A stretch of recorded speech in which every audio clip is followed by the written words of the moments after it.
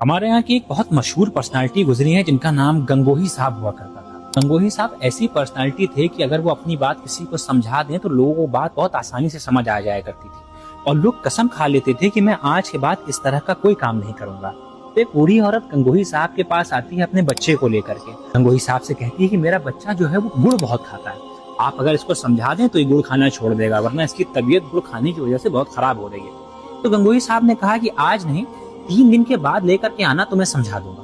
तो गंगोही साहब के पास बूढ़ी औरत अपने बच्चे को 3 दिन के बाद लेकर के आ गई। गंगोही साहब ने कहा कि बेटा देखो, गुड़ ना खाया करो, गुड़ खाना जो है गंदी बात है, अगर तुम ज्यादा गुड़ खाओगे तो तुम्हारी तबीयत खराब हो जाएगी, और अगर इसको कोई बड़ा भी खाएगा तो उसकी भी तबीयत खराब हो जाएगी।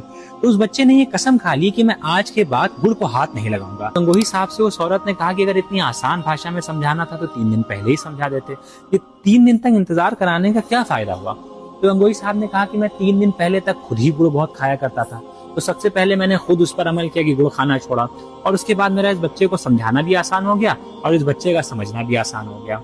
आज हमारे अंदर जो कमी है वो सिर्फ इस चीज की है कि हम ये तो चाहते हैं कि सब अच्छे हो जाएं, लेकिन हम खुद अपने अमाल की फिक्र नहीं करते हैं। हम ये चाहते हैं सोसाइटी अच्छी हो जाए, मेरे घर के बच्चे अच्छे हो जाए, मेरे समाज अच्छा हो जाए, मेरे दोस्त अच्छे हो जाए, लेकिन हम खुद की फिक्र नहीं करते कि हम खुद अच्छे हो जाएं।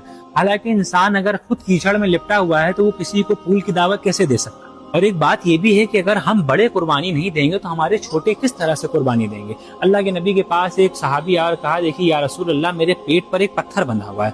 तो अल्लाह के नबी ने अपना कुर्ता उठाया और दिखाया कि देखो मेरे पेट पे 2 पत्थर बंधे हुए हैं। अल्लाह के नबी ने 2 पत्थर बांधे थे, तब साहबा एक बांध के चले थे। हम चाहते हैं कि हम खुद कुछ ना करें, हम फजर में ना आए, हमारे बच्चे तहज्जुद में होकर खड़े हो जाएं, तो ये मुमकिन नहीं है।